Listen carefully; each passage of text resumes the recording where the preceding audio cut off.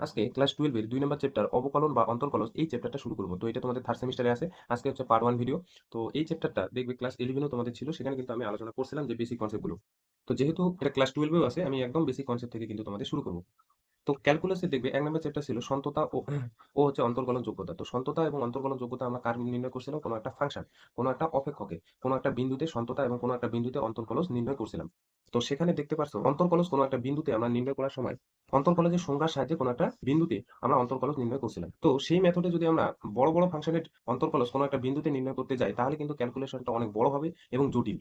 সেই জন্য পরবর্তীকালে অনেক সূত্র কিন্তু আবিষ্কার বা তৈরি হওয়ার ফলে হ্যাঁ, বড় বড় ফাংশনের কিন্তু আমরা অন্তর্কলন নির্ণয় করতে পারছি। সেই সূত্রগুলো কি সেগুলো আমরা জানবো, কোন কোন অপেক্ষকের কোথায় বড় ধরনের ক্যালকুলেশন থাকতে পারে অন্তর্কলনের সাহায্যে, সেগুলো কিন্তু আমরা জেনে নিব। তো প্রথমে আমাদের যে ব্যাপারটা বুঝতে হবে যে অবকলন বা অন্তর্কলন বলতে আমরা কি বুঝি। তো মনে রাখবে কোনো একটা ফাংশনের পরিবর্তন, এবার সেই পরিবর্তনটা কিরকম হয় সেটা আমি একটা গ্রাফিক্যালি তোমাদের দেখাচ্ছি। দেখো, ধরে নাও দুইটা অ্যাক্সিস নিলাম, একটা হলো এক্স অ্যাক্সিস আর একটা হলো ওয়াই অ্যাক্সিস। দুইটা অ্যাক্সিস নিলাম। তো এটা হলো এক্স অ্যাক্সিস, এদিকে আমি এক্স দিলাম, আর এটা হলো ওয়াই অ্যাক্সিস। তো আমি ওয়াই দিলাম, এদিকে হচ্ছে এক্স ড্যাশ আর এটা হচ্ছে ওয়াই ড্যাশ, আর এটা হচ্ছে মূল বিন্দু। ধরে নাও কোনো একটা অপেক্ষক, সেই অপেক্ষকটা হলো এফ এক্স, সেই অপেক্ষকের গ্রাফটা এরকম ধরে নাও, মানে তার যদি লেখচিত্রটা অঙ্কন করো, ধরে নাও এটা। সেই অপেক্ষকটা আমি নাম দিলাম ওয়াই এবং সেটা আমি এফ এক্স দ্বারা ডিনোট করলাম। তাহলে এফ এক্স মানে কি এক জাতীয় রাশি থাকবে, ঠিক আছে? তো এই যে y is equal to f x, এই যে অপেক্ষকটার আমরা অবকলন বা হচ্ছে অন্তর্কলন নির্ণয় করবো। তো সেক্ষেত্রে আমরা কিভাবে কি করছি দেখো, এই অপেক্ষকটার যে গ্রাফে হ্যাঁ, এখানে একটা আমি বিন্দু নিলাম, ধরে নাও এই বিন্দুটা পি দিলাম, যার স্থানাঙ্ক হচ্ছে এক্স কমা ওয়াই, যার স্থানাঙ্ক হলো এক্স কমা ওয়াই। তাহলে এক্স কত দূর, মূল বিন্দু থেকে এত দূর, আমি ধরে নাও এটা ধরে নিলাম হচ্ছে এক্স, আর এই যে উপরটা এটা হয়ে গেল ওয়াই।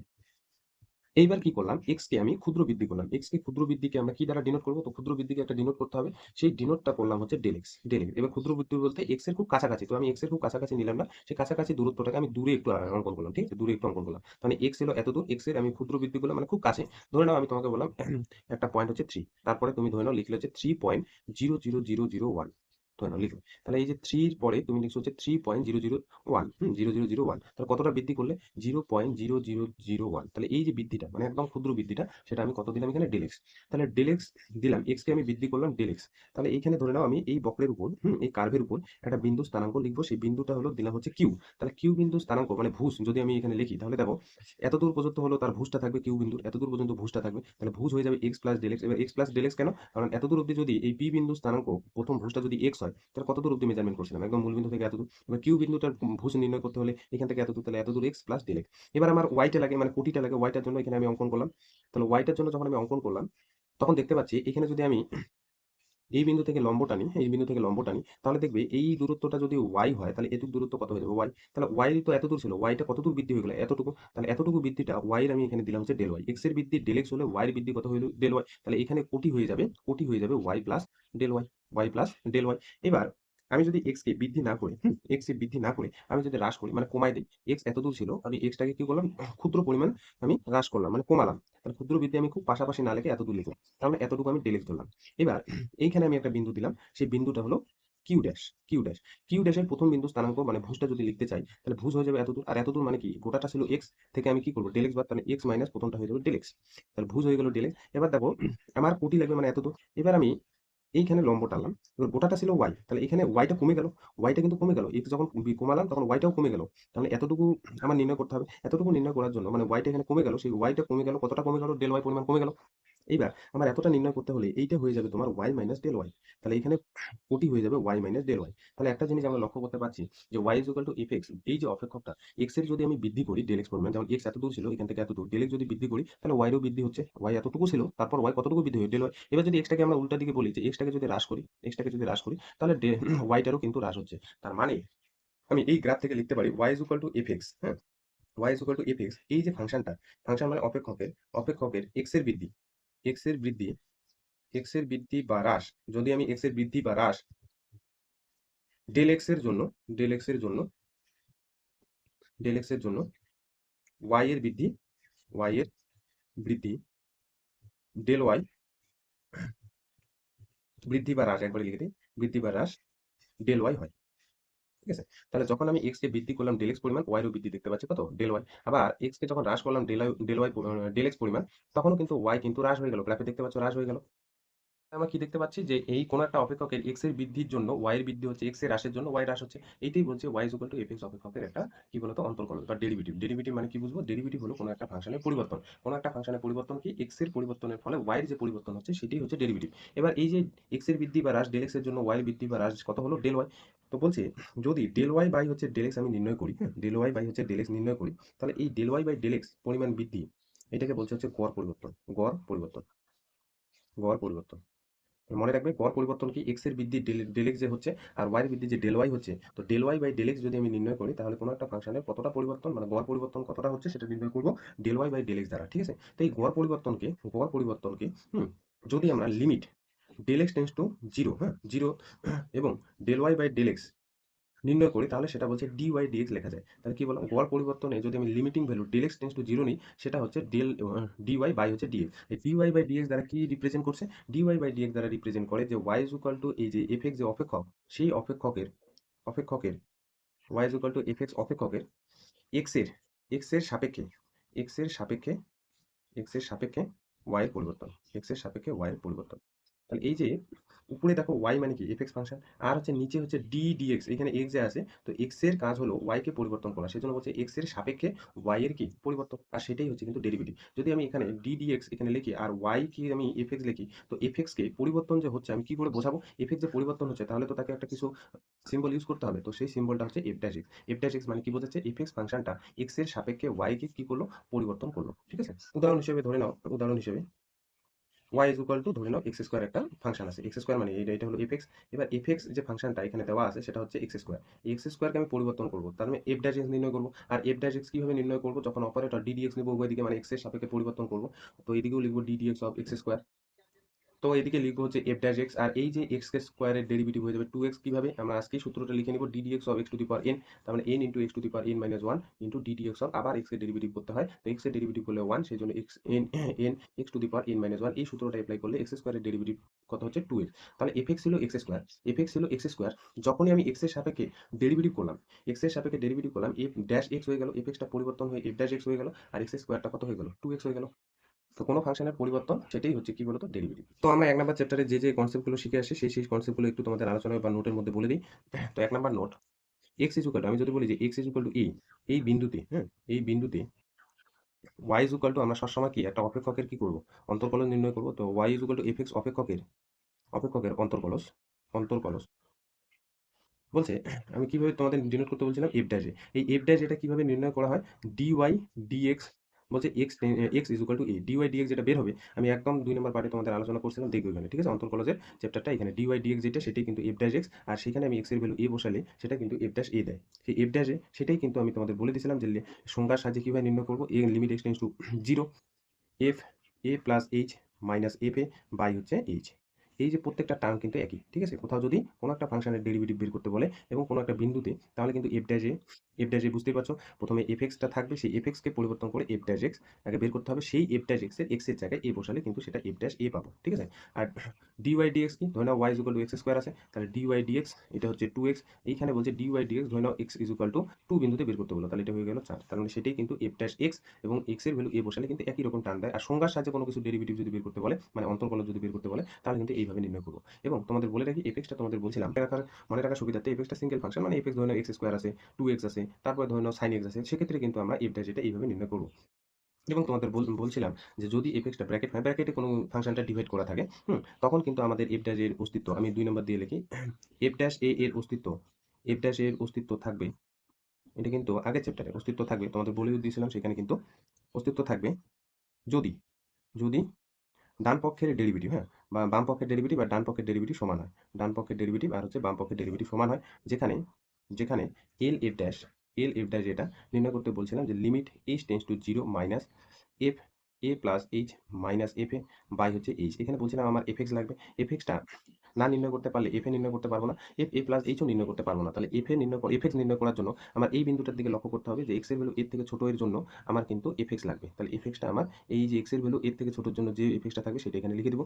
আর ডান পক্ষের লিমিট ডান পক্ষের অন্তর্কলস, হ্যাঁ লিমিট না অন্তর্কলস, আর এফ ড্যাশ এ সেটা হচ্ছে limit h tends to zero plus f a plus h minus f a by হচ্ছে এইচ, সেখানেও আমার এফ এক্স লাগবে। তাহলে লিমিট এক্স এর ভ্যালু যখন এর থেকে চান মানে এই বিন্দুতে যেটা থাকবে তার থেকে বড় এর জন্য আমার কিন্তু এফ এক্সটা খুঁজতে হবে। সেই এফ এক্সটা আমি এখানে লিখবো, তারপর এফ এ প্লাস এক্স বসাই কিন্তু আমরা সলিউশন করবো। তো এই মেথডে কোনো একটা বিন্দুতে কোনো একটা অপেক্ষকে অন্তর্কলজ যদি সংখ্যার সাহায্যে চেক করি তাহলে কিন্তু বড় বড় ক্যালকুলেশন হবে।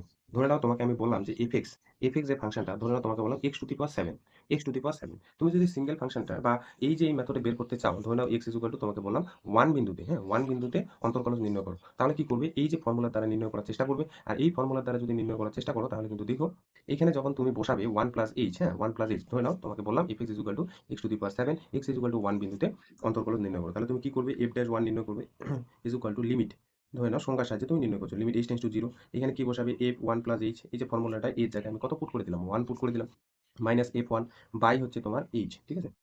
এবার দেখো limit h tends to zero. এবার এফ ওয়ান প্লাস, এটা হচ্ছে একটা ধরনের কোশ্চেন তোমাকে বললাম, হ্যাঁ ওয়ান প্লাস এইচ এর ভ্যালু কত হবে, এফ এক্স যদি x to the power seven হয়, এক্স এর জায়গায় আমি ওয়ান প্লাস এইচ পুট করে দেবো, তাহলে one plus H two the power seven minus F one কত হবে, এফ ওয়ান হয়ে যাবে ওয়ান বাই হচ্ছে এইচ। তুমি দেখো এই যে এটা যদি তুমি ক্যালকুলেশন করো মানে one plus h whole to the power seven, এটা ভাঙাও, ভাঙাইতে অনেকটা টাইম চলে যাবে। তারপর এইচ টিচ কেটে এইচ এর ভ্যালু জিরো পুট করার পর তোমাকে কিন্তু ক্যালকুলেশন করে কোনো একটা মান আসবে, সেই মানটা বের করার ফলে তুমি বলতে পারবে x equal to x equal to one বিন্দুতে এই অপেক্ষকটার অন্তর্কলজ কত। সেই ক্যালকুলেশনটা খুব জটিল, বুঝতে পারলে, এই পাওয়ারে সেভেন আছে, এটা যদি তুমি ভাঙা অনেকটা বড় হবে। সেই জন্য পরবর্তীকালে কি হলো, নতুন নতুন সূত্র কিন্তু তৈরি হয়ে গেল, যে এত বড় যখন ফাংশন থাকবে, এই ফাংশনের পাওয়ার যদি বড় করে দিই তখন কিন্তু ক্যালকুলেশন জটিল হয়ে যায়। এই জন্য কিন্তু এই অসুবিধাগুলো দূর করার জন্য পরবর্তীকালে আরো কতগুলো সূত্র তৈরি হয়ে গেছে, সেই সূত্রগুলো আমরা জেনে নিব, ঠিক আছে।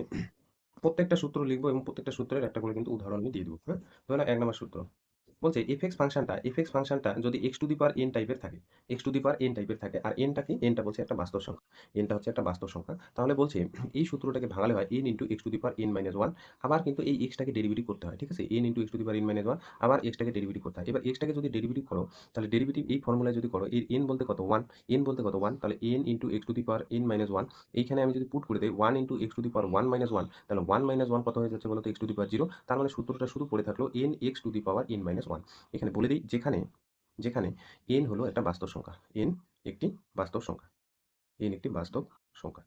এবার ধরে নাও একটা উদাহরণ করে, এই যে এখানে যে দিল তোমার এফ এক্স হলো x to the power seven, তোমাকে বললো y is equal to x to the power seven, এই অপেক্ষকটার মানে এটাই তো এফ এক্স, এই অপেক্ষকটার অন্তর্কলজ নির্ণয় করো এক্স এর সাপেক্ষে। তাহলে এক্স এর সাপেক্ষে যখনই বলবে অন্তর্কলজ নির্ণয় করতে, তাহলে এখানে আমরা কি লিখবো, ডি ডিএক্স, তাহলে এটা উচ্চারণ করবে না d by dx, d dx উচ্চারণ করবে কিন্তু ডি বাই ডিএক্স লিখবো।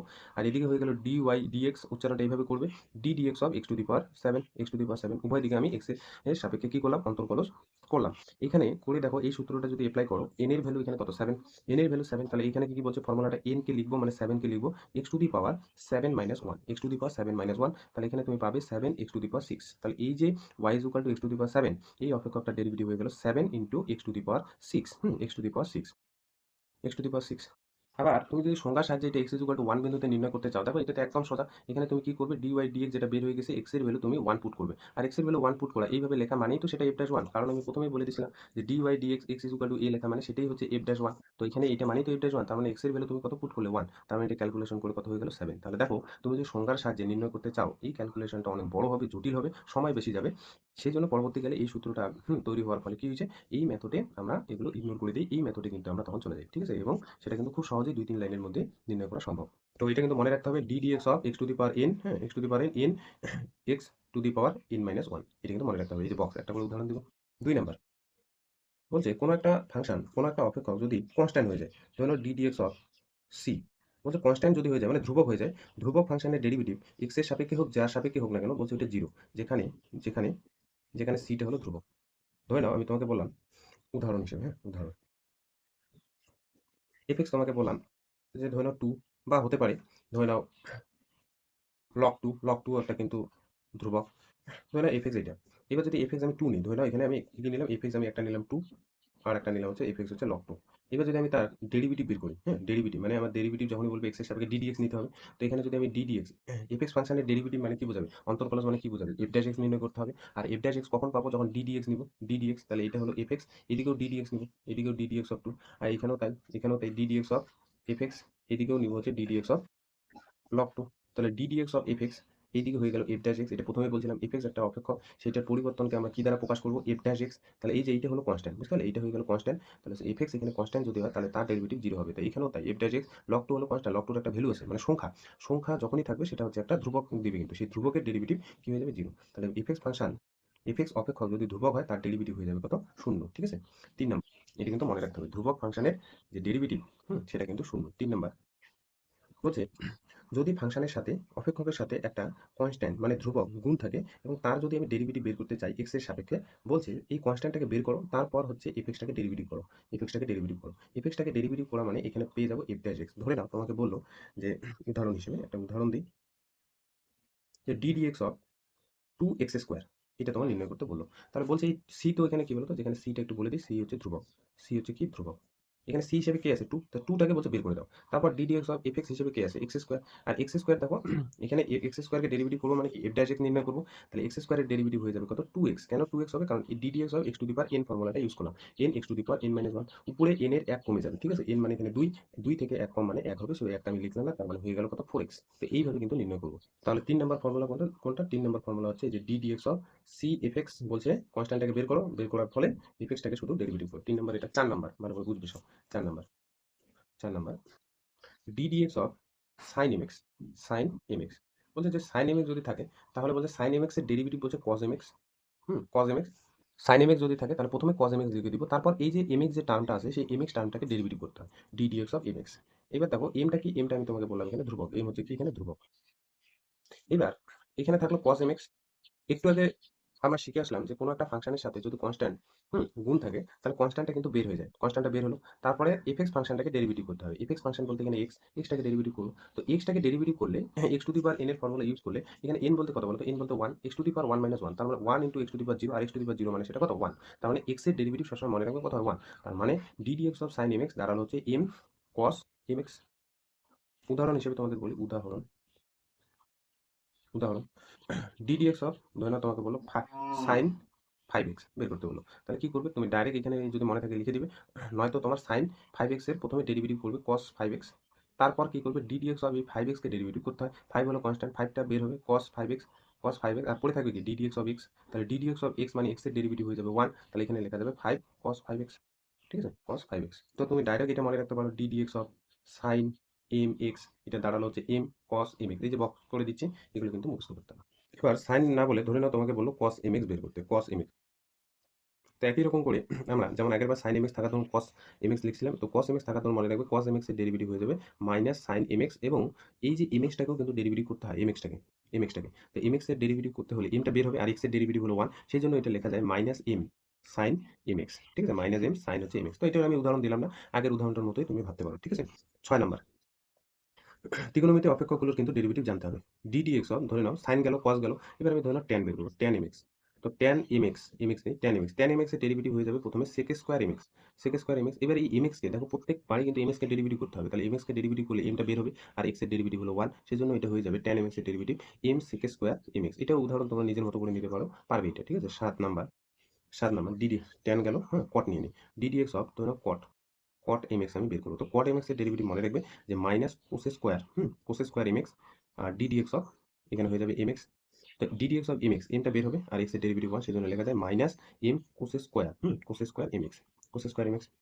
8 নম্বর d d x of sec m x, sec m x, তো সেক এম এক্স এর ডেরিভেটিভ মনে রাখবে sec m x, sec m x tan m x, এটা গেল sec mx এর ডেরিভেটিভ, আর ddx অফ আবার mx কে ডেরিভেটিভ করতে হয়।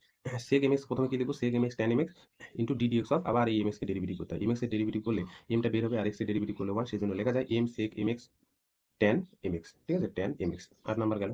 9 নাম্বার ফর্মুলা আরেকটা আছে ত্রিকোণমিতি অপেক্ষক, সেটা হলো ddx of cos mx, sorry cosec mx, cosec mx, তো cosec mx এর ডেরিভেটিভ হচ্ছে, cosec mx এর প্রথমে লিখে দেব cosec mx, cosec mx cot mx, প্রথমে এটা লিখে দিব, তারপর এমএক্স কে কিন্তু ডেরিভেটিভ করতে হবে, আবার এফএক্স কে আবার ডেরিভেটিভ করতে হবে, তো এখান থেকে এম বের হবে, তাহলে মাইনাস এম কস কোসেক এমএক্স কট এমএক্স। তুমি একটা জিনিস লক্ষ্য করো, যে ত্রিকোণমিতিক ফাংশনটা, যে ত্রিকোণমিতিক অপেক্ষকটা সি দিয়ে শুরু হয়েছে, দেখো সি দিয়ে শুরু হয়েছে, কস এমএক্স, কট এমএক্স এবং কোসেক এমএক্স, তার রেজাল্টটা দেখো প্রত্যেকটারে মাইনাস। হ্যাঁ, মাইনাস একটা করে মাইনাস আছে। এটা হচ্ছে মনে রাখার একটা শর্ট ট্রিক্স। আর যে ত্রিকোণমিতি অপেক্ষকগুলো সি দিয়ে শুরু হয় না সেগুলোর কিন্তু ডেরিভেটিভ দেখবে পজিটিভ। এটা হচ্ছে একটা শর্টকাট মনে রাখার কৌশল, আর কিছুই না। তো রেজাল্ট যাই হোক, সি দিয়ে শুরু ত্রিকোণমিতি অপেক্ষকের কি হবে, সবসময় মাইনাস একটা থাকবে। হ্যাঁ, এবার ক্লাস 11 যেটা ছিল না সেটা হচ্ছে e to the power m x জাতীয় কোনো একটা অপেক্ষকের ডেরিভেটিভ আমরা কিভাবে নির্ণয় করবো। E to the power m x, তো e to the power m x এর ডেরিভেটিভ বলছে প্রথমে e to the power m x যদি যা আছে তাই লিখে দিব, আবার এম এক্স কে ডেরিভেটিভ করবো, আবার এম এক্স কে ডেরিভেটিভ করবো। তো এম এক্স এর থেকে কি বেরোবে, এম বেরোবে, তাহলে m e to the power m x. M হচ্ছে কিন্তু এগুলো প্রত্যেকটাই ধ্রুবক। প্রত্যেকটা ধ্রুবক মানে এই যতগুলো আমি এম লিখলাম এগুলো কিন্তু ধ্রুবক।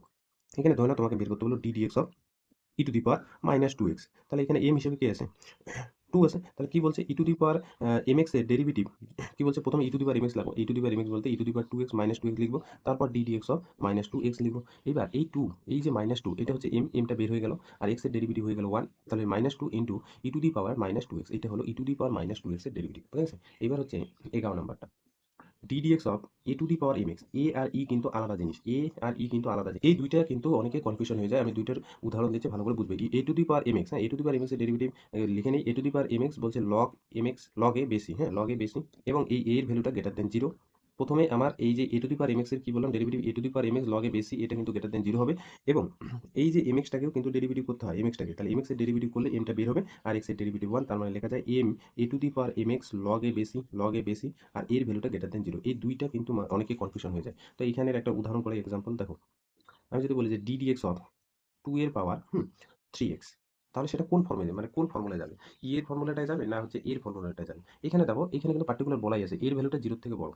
তাহলে প্রথমে এখানে দেখতেই পাচ্ছ এ বলতে এখানে কিন্তু টু, টু এর ভ্যালুটা কিন্তু জিরোর থেকে বড়।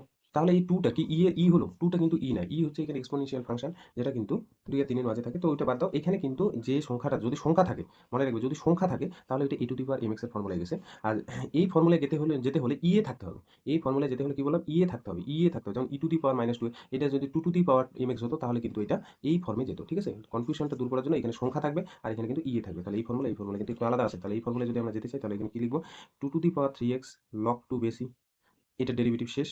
তারপরে আবার করতে হবে কাকে, থ্রি এক্সকে। তাহলে থ্রি এক্সকে ডেরিভেটিভ করলে থ্রিটা বের হবে, থ্রিটা বের হয়ে গেলে লিখবো three e to the power three x log two বেশি। ঠিক আছে, 12 নম্বর, 12 নম্বর, d dx of log m x, log m x, log m x এর ডেরিভেটিভ বলছে ওয়ান বাই এম এক্স লেখো, আবার এম এক্সকে আবার ডেরিভেটিভ করো। তাহলে এম এক্স এর ডেরিভেটিভ করলে এমটা বের হবে, এমটা বের হবে, আর এক্স এর ডেরিভেটিভ ওয়ান, তার মানে এম বাই এম এক্স। তাহলে এম এম কাটলো, ওয়ান বাই এক্স থাকলো। এবার তোমাকে আমি বললাম ধরে নাও উদাহরণ হিসেবে d dx of log two x বের করো, লগ টু এক্স।